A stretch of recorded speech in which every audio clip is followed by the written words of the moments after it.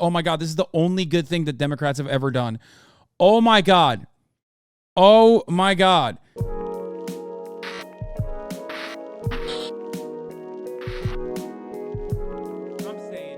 Let's bring in our chief legal analyst, Dan Abrams. Dan, good morning to you. It's great to have you. One of the conditions that Trump signed as part of his release was to not communicate with any potential witnesses. We saw. Yeah, he has literally not done that. You have watched Donald Trump not do that. Like Walt Nauta was literally with him on the classified document on the classified document DOJ case. Trump left the courtroom alongside co-conspirator Walt Nauta and went to a fucking went to a Cuban pastry shop with him, where he claimed he was going to pay for at Versailles. He claimed he was going to pay for everybody's dinner and then walked out without doing such a thing. Walt Nauta out there holding his umbrella. He's indicted in another case, the documents case. Mike Pence, he could be on a debate stage with him next month. How does all of this work? Yeah, it's not communicate with them about the case. Yes. Right? That's very specific and very important in the context of the rules here. Now, it is an interesting question about what would happen in the context of a debate, right? Because they could debate this issue. They could discuss this issue on the stage. They will be asked about it. Yeah, so if they do end up on the same stage, one of the exceptions is you can do it in the presence of counsel, right? Do you include one of the lawyers in the audience? As a practical matter, I think if anyone's concerned about it, they would go to the court. They would say, hey, by the way, we're having a debate about this. The issue may come up. I'm sure the court would give them permission. And I think anything beyond that. This is so hilarious. Former vice president who's currently running for president against the former president who's who's been arrested 3 times now are technically not allowed to be by one another because the former vice president is a key witness in the active case against the former president. America is so fucking psychotic. I love it, dude. I love it. It's so good. Conversations he has with Walt Nauta or others. Remember, someone has to report it. It has to be public for anyone to raise the issue. And that's the other question, is putting aside the public nature of a debate, in a private conversation, who would be the one to actually go to the court and say, hey, by the way, people like you made it that way? This guy's still stuck on the how can you deny it wasn't a riot bias much. My dude came in here to fucking cry about a bunch of teenagers that were dancing in the streets. Good job, man. We're covering like big boy news now, okay? Don't worry. We moved on. Like, we've totally moved on from the Kai stuff. You can keep crying about it if you want. It's pretty funny because, like, Kai Cenat has seen more legal repercussions so far than Trump has for January 6th.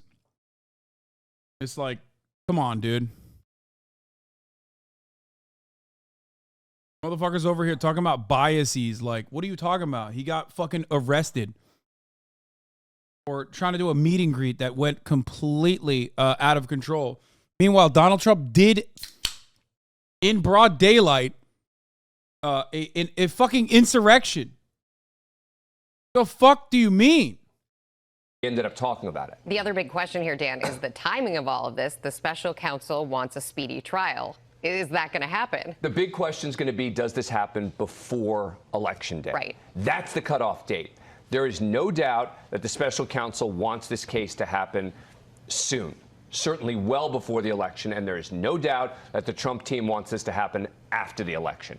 That's going to be very much in the purview of the judge. We'll see how quickly she moves this thing. I think it's unlikely, though, that it happens before the election. We'll see. All right, Dan Abrams, we always appreciate your insight. Thank you. Hi, everyone. George Stephanopoulos here. Thanks for checking out the ABC News YouTube channel. Trump's PAC is going broke. Oh. It's a SPAC. This is a SPAC.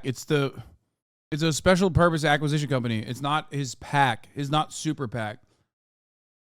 SPAC is like a baby IPO for Donald Trump's own media company.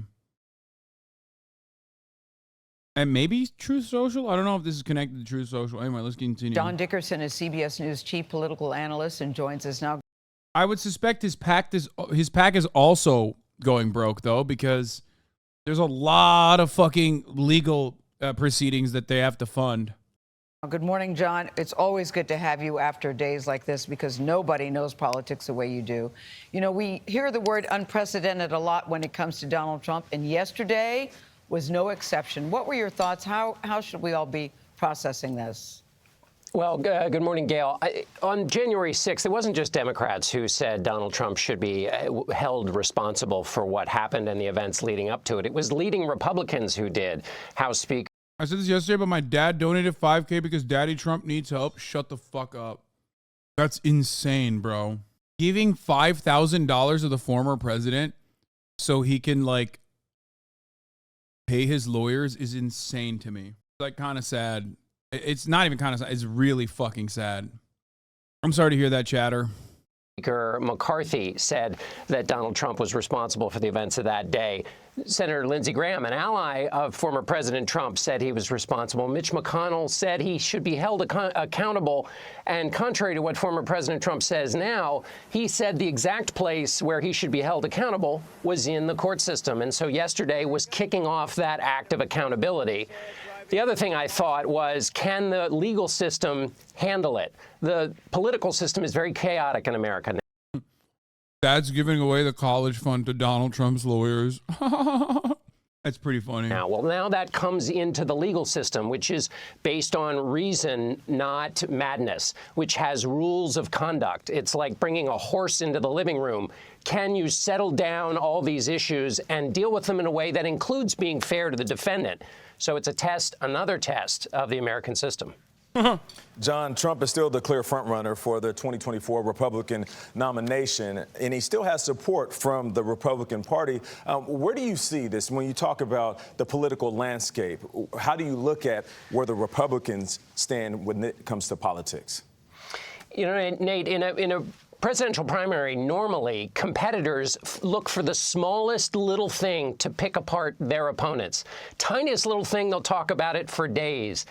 The closest challengers to former President Trump are doing the opposite when it comes to the material in this indictment. And the reason they're doing that, the reason they're not raising any of the issues contained in the indictment about former President Trump's behavior in office, which is about the most legitimate thing you could bring up in a campaign, is that they know that the most ardent supporters in the party will punish them for raising those issues because they support Donald Trump or they really dislike all the forces trying to hold former President Trump to account. So you have this strange situation where you have competitors who don't want to engage in the competition for fear of getting hurt. It's like staying on the sidelines during a football game. It will keep you from getting hurt, but it's very difficult to score points that way. Ooh.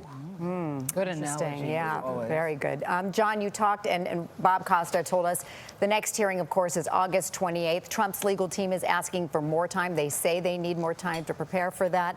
So what is the significance of that request, and what are you looking for in the next few weeks? Well, I think the significance is there's a lot of material here. It's a 45-page indictment, but the January 6th committee out of the House produced an 800-page report. The facts are all well known. They all happen in public. But if you're going to try to defend somebody against this, and this is a 2-month period where, remember, this is a case where much of the most damning evidence against the former president is from people in his inner circle. And so that's a tough job for his lawyers to go through all of that. Plus, they've got all these other cases. So it seems, I'm no lawyer, and I prove it every day, but... Oh, by the way, this was pretty fire. Donald Trump said, if you go after me, I'm coming after you. I mean, he's probably talking about, like, Republican primary opponents, but it absolutely could be seen as, like, intimidation of witnesses who also do happen, at least one of them does happen to be a key witness in the current, in the latest court proceedings. This is a case where there's a lot of work, and so it doesn't seem crazy to ask for more time to go through all of the material. So that's the big question, though, is how quickly will this move? Because, of course, we don't just have legal calendars. We have, of course, the political calendar. Absolutely. You know, John, nobody can get in Donald Trump's head, but I sat there and watched him standing in court. Former president of the United States pleading not guilty again in a court of law. Have you heard even privately what is going on behind the scenes, how he must be feeling? They didn't even call him president yesterday. He was called Mr. Trump. Well, I don't have any reporting other than Bob Costa's reporting, which was that the former president is kind of bored by all of this, which is extraordinary when you think of the issues that are at play. These are the most important issues relative to democracy. But President Trump has been engaged with the legal system, former President Trump, I should say, for many, many, many, many years. So even though this is unprecedented, certainly in his life, it's been many interactions with the legal system. Yeah. John Dickerson, as always, thanks. Yeah, he's bored of this because he's still fucking constantly being in trouble with the law. He's like, I'm yawning through it. Yet another day, another court case. They will never arrest me. Cover Kai Cenat being arrested. I'm going to fucking... I am going to lose my fucking mind. Dude, how much more time do I need to spend on Kai Cenat? The first 4 hours of the broadcast was entirely dedicated to Kai Cenat. I skip away from this coverage. We've moved on to the fucking president, and immediately you got dumb motherfuckers in here being like, dude, you have to cover this. It's crazy. I know, man. I know. Not everybody watched your whole thing, bro. Okay, well then fucking figure it out. Go to the VOD. Anyway. Let's continue.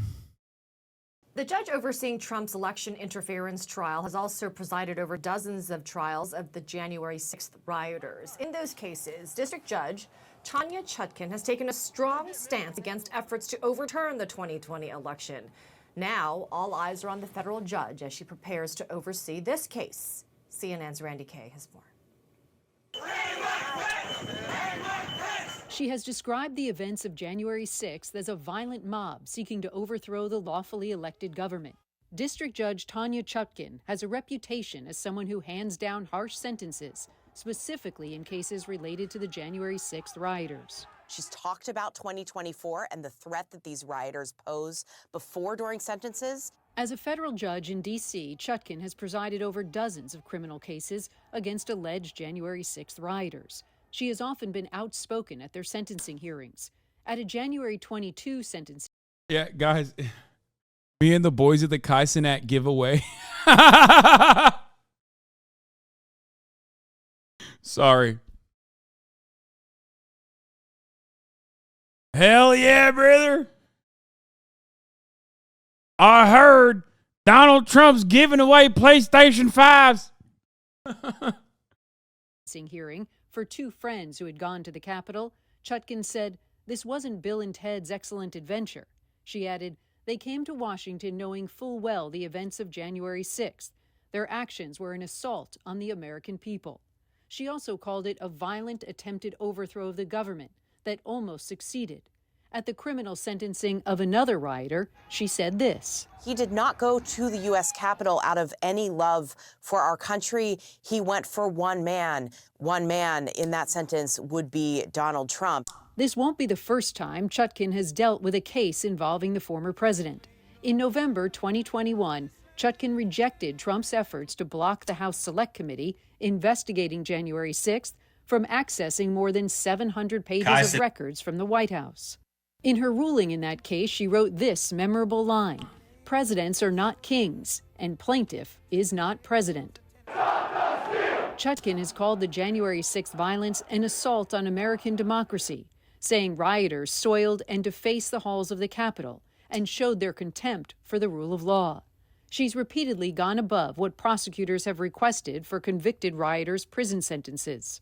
Chutkin has also issued a warning about future political violence at a sentencing hearing in December 2021. It has to be made clear that trying to stop the peaceful transition of power, assaulting law enforcement, is going to be met with certain punishment. Is bedrock. Chutkin was born in Kingston, Jamaica. She was appointed by Barack Obama in 2014 and has served as a federal judge since the Senate confirmed her 95-0. Before that, she spent more than a decade working as a public defender after graduating from the University of Pennsylvania Law School. Randy Kay, CNN. All right, a fascinating look there. Thank you, Randy. Let's bring in former federal prosecutor and author of A Spy in Plain Sight, Lise Wheel. Good morning to you. Thank you so much for joining us. So we know that the next hearing is set for August 28th, where the judge is expected to schedule a trial date. And, you know, we know that the prosecution is pushing for a speedy trial. Trump's defense counsel wants more time, and perhaps they'll try to delay through or past the 2024 election. Will Trump's other cases factor into setting a trial date, and what kind of timeline do you expect here? Perhaps they may factor into it. I expect a fast track, a rocket docket even. But the judge is going to have to consider the other federal case going on in Mar-a-Lago in Florida. Isn't it funny how CNN can be telling the truth in situations that you like and lie in others that you don't like? Isn't it funny that Mondo091 has literally spent approximately 0 hours in here actually retaining a singular piece of information that I've ever delivered, considering that I routinely fucking yell at CNN on a regular basis? It's called having media literacy. I also once famously called Jake Tapper a who he got very offended over and demanded that I apologize to every single CNN news anchor that's a female, okay? If you've just really been watching today, why don't you just, why do you operate with this assumption? Think about that, dumbass. Think about your fucking donkey brain making this analysis. Think about why your donkey brain immediately made this assertion that I actually do love what CNN is saying here and hate what CNN was saying about Kai Cenat. Why? Why don't you just sit here and retain some of the fucking information like a good boy, okay, instead of immediately making idiotic assertions and trying to get your 15 seconds of goddamn fame here? I know I criticized the CNN coverage on the Kai thing. I know. I did. I haven't even gotten my coverage or my criticisms out on the CNN Trump election conspiracy charges thing yet. The point is, if you come in here and you watch me go through one CNN coverage and make criticisms and then immediately not make criticisms on another thing that CNN is covering, okay? If you make the assertion automatically that like, wow, isn't that crazy? CNN always is like, you're never yelling at CNN when you agree with them and only yelling at it when, you know, they're saying something wrong about someone you know about. Guy is a WoW player. You could disregard every single thing he says. I am also one. It's so fucking stupid. I criticize CNN on a daily fucking basis. On a daily basis. Ben Shapiro responded to your reactive... Let's say, hypothetical, I'm a Barbie girl. Okay, and let's even say I'm in a Barbie role. Right, so in this scenario, I would obviously know from personal experience that life in plastic is fantastic. Wouldn't it be reasonable to assume you could brush my hair and undress me literally everywhere? Imagination you can derive from the fundamentals of... Oh my God. Can't believe Ben Shapiro responded to my Barbie girl coverage. Florida, which is now set for May. She may want to postpone it until, say, June, July. But on the other hand, if the prosecutors are ready to go, there's only one defendant here, not multiple defendants as there are in the Florida case. This may be a faster case to docket. And last I looked at the criminal justice statute, the speedy trial statute, there's nothing in it that's an exemption for defendants that are too busy or running for president. So it will be set at that August hearing date. Why would this be a faster case to docket? Do you see this as a much stronger case for the prosecution? You know, it's not even that, although I do, because this is a much more commonsensical case. We get it, right? I mean, someone's not happy with their election results while in office and they try to overturn that. That makes common sense. I mean, bad common sense, but it makes more common sense than, you know, what are these documents? Was he supposed to have them? Was he not supposed to have them? What was his intent? You know, it's a harder case. But I say that it's a rocket docket, not so much because the prosecution has a stronger case or a more commonsensical case, but just because there's only one defendant. So the judge doesn't have to look at different schedules and whether all the defendants go together or the co-conspirators go together. This is just one person in this indictment. Yes, there are unindicted co-conspirators, but that doesn't matter. So she can set this early. The prosecution's going to be ready. The discovery's going to be ready. Hey, the discovery's pretty much right there in the indictment. It's a 45-page indictment. So the prosecution is ready to hand all that over to the defense. And then at that point, the defense is just going to have to say, we need more time. But for what? You know, once they've been given the materials, they have a reasonable time, but not an extraordinary amount of time. Amara. You know, we're already seeing one of Trump's attorneys making his rounds on TV arguing that Trump is protected by the First Amendment. Listen to what part of what John Lauro had to say on Thursday. I've talked a lot about how this. Thank you, Amazon Piss Bottle, for the 10 gifted subs, by the way. This is criminalized First Amendment speech because President Trump, like all of us, has a right to redress grievances, has a right to protest an election that he felt was unfair, has a right to campaign. Has a right to spark an insurrection after lying routinely to the public about an election being stolen, in spite of every single person in a position of power in his cabinet telling him the exact opposite, which was the truth, which was that the election was not stolen from him. President Donald Trump also has every right to seek legal counsel that will basically tell him exactly what he wants to hear, so that he can inevitably use them as the fall guy. He also has the right to possibly collude with his counsel to utilize the Department of Justice and stop normal electoral processes from coming to a end. I just want to point out how stupid it is to say, wow, you sure criticize things you don't agree with. Like, yeah, because it's not something you agree with. It's like saying you sure are biased with a leftist agenda, sir. Yeah, exactly. It's really stupid. Like, ultimately, I got really mad at that person because I do yell at CNN all the fucking time. And that dumbass hasn't been in here to recognize that, I guess. Just like he hasn't recognized that at the top of the hour, there's a 3-minute ad break. You know what I mean? But if you're in here long enough, you will inevitably understand. I do not like CNN. I shit on them all the time.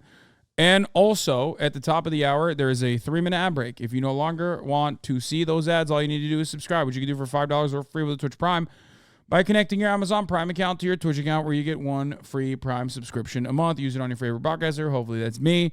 You can also get gifted a sub if you're lucky. Like Ken of Meerkat. Thank you for the 5. 34 MKD 50. Thank you for the 50 gifted subs. Here's the 3-minute ad break now. On a position, and they've attacked that right, not just for President Trump, but for everyone. Lise, do you expect the defense during this particular defense during trial, or is this just for the court of public opinion? I mean, what would the best defense be? Oh, no, that's absolutely going to be a theme. And by the way, is that lawyer reading from Jack Smith's indictment? Because he says that right in the indictment. He says Trump has the right to say, you know, I'm angry, I don't like this, whatever. That's our First Amendment right. That's right there in the indictment. But what Smith says, though, is Trump went beyond that, right, in trying to orchestrate the overthrow, basically, of the election. And you can't do that. I mean, any fifth grader knows that. So, you know, of course he's going to use that. That's going to be a theme. I think the more prevalent theme, should this go to trial before the election, which is, of course, what they're trying to not have happen, defense lawyers, is going to be a jury nullification. In other words, hey, jury, you've heard all of this, you've heard all of the evidence, but vote with your heart. Let the man go. Don't vote with the evidence. Jury nullification. Has he done? Have you considered putting up a scrolling Chiron like Fox News did? That way, chatters won't be asking for news cover you covered already. No, I don't want to do that. It's too much work. And also, it's irrelevant because, dude, let me explain something to you. I'll be always looking at that damn phone. Suck my dick. Nobody gift this fucking person. Take a week off. Couple things. One, the jury nullification thing is actually important, and I think Legal Eagle has a video on it. We can watch that. I do want to watch that. I am waiting for the Legal Eagle coverage on the latest round of drops. That's number one. Most relatable streamer. No, it's just like the other thing. Responding to the other person who was like, why don't you make a ticker, like a Chiron, that is like constantly fucking rolling under the screen. dog, how many times do I just like say words that come out of my mouth as chatters get the exact opposite inference? How many times do chatters come in here and go, hey, are you covering Trump arrested, third indictment, pleaded not guilty yet? While it's on the screen. You think chatters are like looking at information that is on the screen? No. All I would do in that situation is just make this additional Chiron that not a single fucking person would read and would still consistently say, what's going on? Have you covered Trump arrested in third indictment, pleaded not guilty? It would just be a waste of screen space. Exactly. And it would just be annoying still. Because then I'd be yelling about how it's on the Chiron. Why don't you look at the Chiron over and over again? The best possible thing I could do is just not respond to chatters who ask these questions. Unless they get really fucking, annoying. Is going to be a common theme along with the First Amendment. 38 Democratic lawmakers are appealing to the federal judge who's going to oversee this case, asking the trial to be televised despite rules prohibiting that. But judges can make decisions on this. This is what the letter reads in part, quote, given the historic nature of the charges brought forth in these cases, it's hard to imagine a more powerful circumstance for televised proceedings. Our CNN team was in the courtroom yesterday. Evan Perez joins us now. Evan, good morning. The next hearing is soon, August 28th. And that is when the judge who's going to oversee the whole trial is going to set a trial date, right? That's right. Poppy, the judge, Tanya Chutkin, has already signaled that come August 28th, she wants to set a hearing. She's given the Trump team and the prosecution 7 days each for them to brief and provide information for their preferences, and then she will set a date, and that is really fast. For instance, in Miami, where the former president is also facing charges related to the Mar-a-Lago classified documents, we spent a month just waiting for Walt Nauta, his co-defendant, to be arraigned. And so you can see that this is a court that we've seen this repeatedly in the January 6 cases. We've seen these judges set quick trial dates. They want to try to adjudicate these cases, and they say one reason for that is because they believe that these people should face justice. Everybody involved in January 6 should face justice before the next election and try to prevent that from happening again in the next one. And so what we anticipate is, as you heard there from John Lauro, the former president's attorney, we expect that he is going to raise a lot of issues. he already raised them in court yesterday. He said this is... Would I love it for it to be televised? What do you think? I mean, that is like... I think there's a legitimate defense that you can...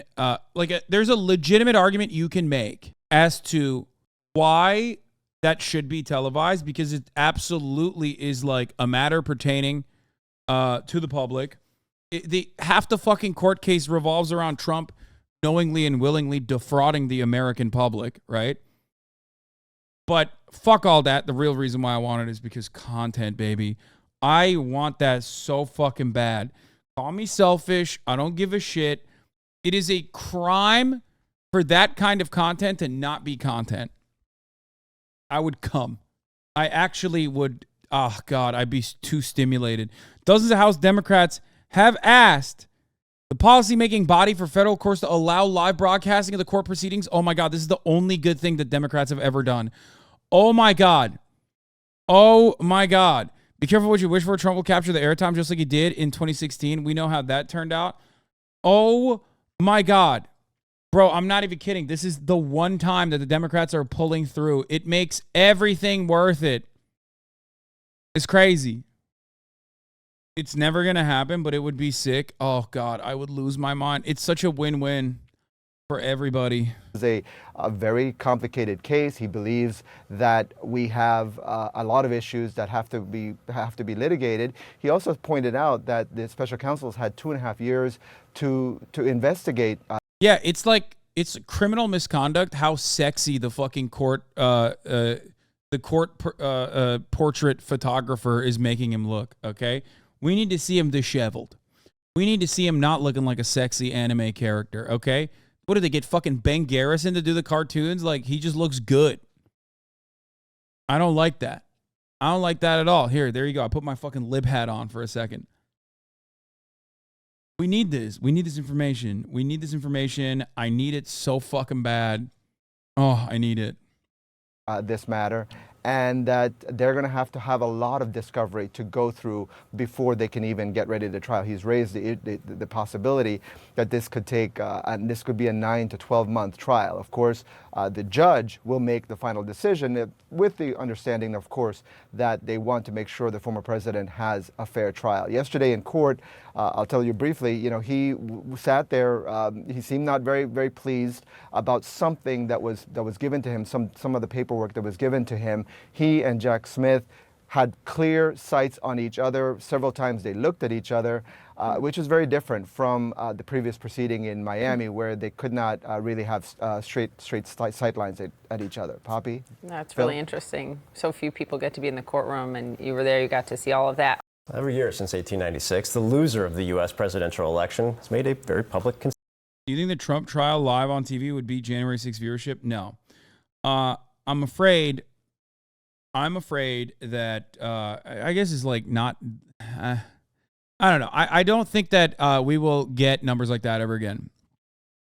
The reason why I'm saying that is because I think January 6th came at the culmination, like at the climax of 4 years of endless coverage. Have you got the matching watch to the hat, Haas? No, of course not. This was a free hat. I'm not a big watch guy, though. That's the only reason, like I've said. January 6th is mid-COVID. It's happening. It's like 4 years of people being basically 4 years of people being completely glued to the screen. Everyone cares about politics. An election cycle has ended, and everyone is wondering what Donald Trump. Everyone's wondering what Donald Trump will do, and then that happens. Like it was a perfect storm. Imagine Rolex selling caps. I think some like ironic because the Kai stuff happened, but we're planning on doing like a pop-up shop for the John Brown merchandise with a collaboration for Reconstruct. And this morning, my friend at Reconstruct Studios made these cut and sew merchandise where he took like all of the John Brown merch and made like cut and sew reconstructed pieces, came to drop it off. And he said that his friend made these for like a golf event or something. And I was like, oh, I like it. Goes with my outfit. And he's like, yeah, you can take it. Yeah. Concession speech. That is until 2020. Donald Trump lost the election, but refused to concede to Joe Biden, breaking a 124-year-old streak. Didn't attend inauguration either. Now, to be clear, there's no legal requirement that the loser must concede. But Trump is accused of going much further than that. He's now been charged with plotting to stay in office, raising questions about the strength of American democracy, which depends on a peaceful transition of power. Joining us now, presidential historian and Pulitzer Prize-winning best-selling author Doris Kearns Goodwin. Thanks so much for joining us. Is there any analog to this moment? Just to start 30,000 foot, what can we compare this to in American history? Yeah, the only moment we really can compare it to, the only other time that the peaceful transition of power was not realized is 1860. And one of the things Lincoln said about that was, so what happens? The South loses the election, the Democratic Party loses to the Republican Party in the South, and they decide they're going to secede from the Union. They will not accept that loss.